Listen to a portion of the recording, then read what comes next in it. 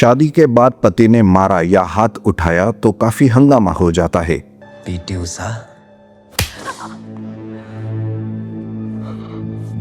लेकिन क्या हो अगर शादी के बाद पति ने ही अपनी पत्नी पर बलात्कार किया?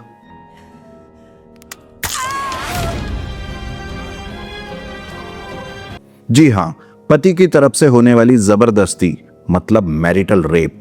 नो का मतलब नो होता।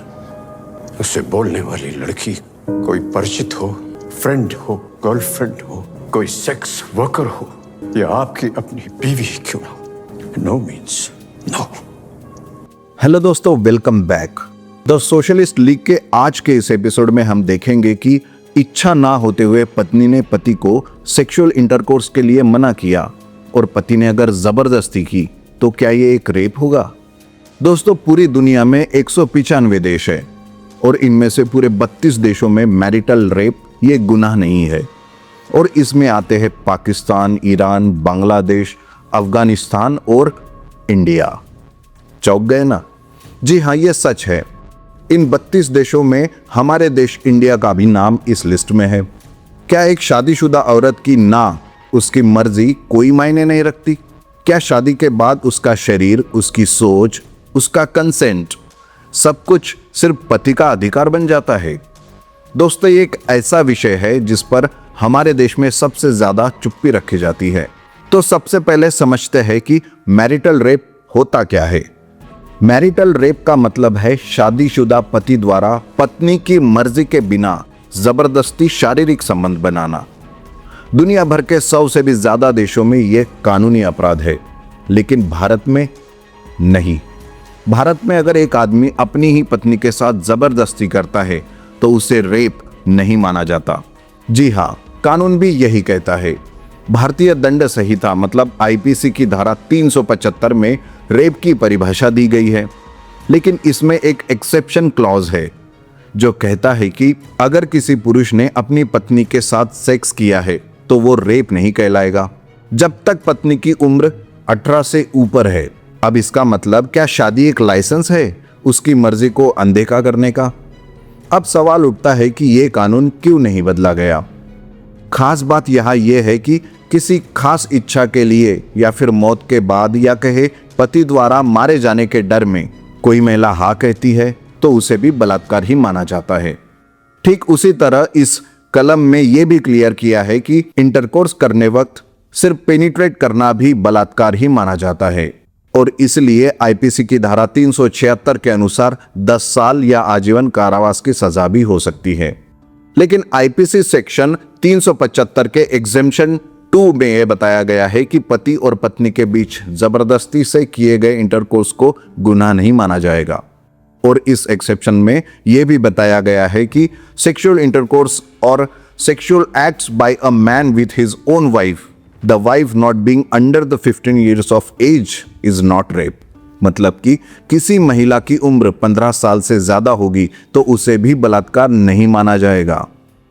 अब जानते हैं कि यह कानून कब बनाया गया। दोस्तों, इस कानून को अंग्रेजों द्वारा ही लाया गया था। उस वक्त अंग्रेजों के कानून के हिसाब से शादी के बाद पत्नी ये पति की प्रॉपर्टी रहती थी, जिस वजह से उस पत्नी का पूरा हक पति का ही रहता था। इसे एक एग्जाम्पल से समझाता हूं। समझ लीजिए कि कोई आपके घर में आकर आपके घर का कोई फर्नीचर या इलेक्ट्रॉनिक तोड़ देता है, तो आप उसकी कंप्लेंट पुलिस में जाके कर सकते हैं। लेकिन खुद आपने ही गुस्से में आकर घर का टीवी तोड़ दिया हो तो क्या आप पुलिस में कंप्लेंट करोगे? जवाब है नहीं, क्योंकि टीवी के मालिक आप खुद होने की वजह से आप उसके साथ कुछ भी कर सकते हो। आप उसे बाजार में बेच सकते हो, उसे तोड़ सकते हो या उसे रास्ते पर फेंक सकते हो। ठीक इसी तरह से पत्नी को भी मालिकाना हक समझे जाने की वजह से उसके साथ आप जैसे चाहो पेश आओ तो भी चलता है। ऐसी समझ है और कानून भी। 18वीं और 19वीं सदी में महिलाओं के पावित्र्य पर बहुत ध्यान दिया जाता था और बलात्कार ये घर के बाहर होने वाली घटना मानी जाती थी। इसी विचार के वजह से 1860 में आईपीसी कलम 375 को तैयार किया गया। इसमें बलात्कार की व्याख्या दी गई है और इसमें शादी के बाद होने वाले बलात्कार को एक्सेप्शन में रखा गया। वक्त बदला, समाज तरक्की करने लगा, कई दकियानुसी बातों को पीछे छोड़ दिया गया, लेकिन फिर भी एक महिला को आदमी की प्रॉपर्टी समझे जाने का नजरिया और उस पर बने हुए कानून आज भी वैसे ही है। वक्त के हिसाब से बलात्कार के कानून काफी हार्श किए गए, पर फिर भी शादीशुदा लोगों में बलात्कार ये क्राइम नहीं माना जाता। इसे एक और घटना से आपको समझाता हूं। दोस्तों, साल 2018 में सुप्रीम कोर्ट ने एक जजमेंट पास किया था कि एक सेक्स वर्कर को भी ना कहने का अधिकार है और उसकी मर्जी के विरुद्ध अगर उस पर जबरदस्ती की गई तो एक बलात्कार ही माना जाएगा, क्योंकि सेक्स वर्कर्स को भी ना कहने का अधिकार है। लेकिन नो मीन्स नो कहने का अधिकार एक पत्नी को नहीं है। हिपोक्रेसी की भी सीमा होती है भाई।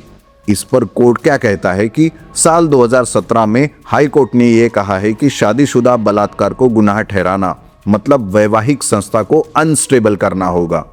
मतलब जो ब्रिटिश लॉ एक जमाने में हम सब फॉलो करते थे, उस इंग्लैंड में भी 1991 में इस कानून को खारिज करके मैरिटल रेप को गुनाह ठहराया गया। लेकिन इंडिया में आज भी पुराना कानून ही फॉलो किया जाता है। इस बारे में कई सारी संस्थाओं द्वारा याचिका दायर किए जाने के बाद भी अलग अलग रीजंस बताकर इस याचिका को खारिज किया जा रहा है। साल 2022 में भी ऐसी ही एक याचिका दाखिल की गई थी। उस पर सुप्रीम कोर्ट ने जवाब दिया था कि शादी एक अलग ही कंसेप्ट है, एक अलग नाता है और इसके लिए जरूरी ऐसे कानून की हकों की और कर्तव्यों को इस कानून में ऐड किया गया है। लेकिन शादी के बाद किए जाने वाले इंटरकोर्स को एक बलात्कार मान लेना यह पति और पत्नी के संबंधों को खराब करने जैसे होगा। इसके आगे ये भी कहा गया है कि पति को पत्नी के साथ शारीरिक संबंध बनाने के लिए जबरदस्ती करने का अधिकार भले ही ना हो, लेकिन फिर भी वैवाहिक बलात्कार को बलात्कार विरोधी कानून में ऐड करना यह बेहद ही कठिन होगा। और वैसे भी पत्नी के हक के लिए सेक्शन 498 ऑलरेडी है। उसमें पत्नी पर उसके पति की तरफ से या पति के रिश्तेदारों द्वारा होने वाले अत्याचार के लिए कानून में प्रोविजन ऑलरेडी है। साथ साथ होम मिनिस्ट्री ये भी कह रही है कि डाले गए याचिका में इस विषय को हाईलाइट किया गया है। वो कानून से ज्यादा सामाजिक है। मतलब क्या, तो वैवाहिक बलात्कार को गुनाह नहीं साबित कर सकते। इसी वैवाहिक कानून के बारे में कुछ पुरुष संगठनों ने भी अपोज किया है। दरअसल उनका कहना यह है कि इस तरह का कानून आगे इंप्लीमेंट हुआ तो झूठे केस भी दर्ज किए जाएंगे और इस वजह से आदमियों ने मैरिज स्ट्राइक भी शुरू कर दी थी।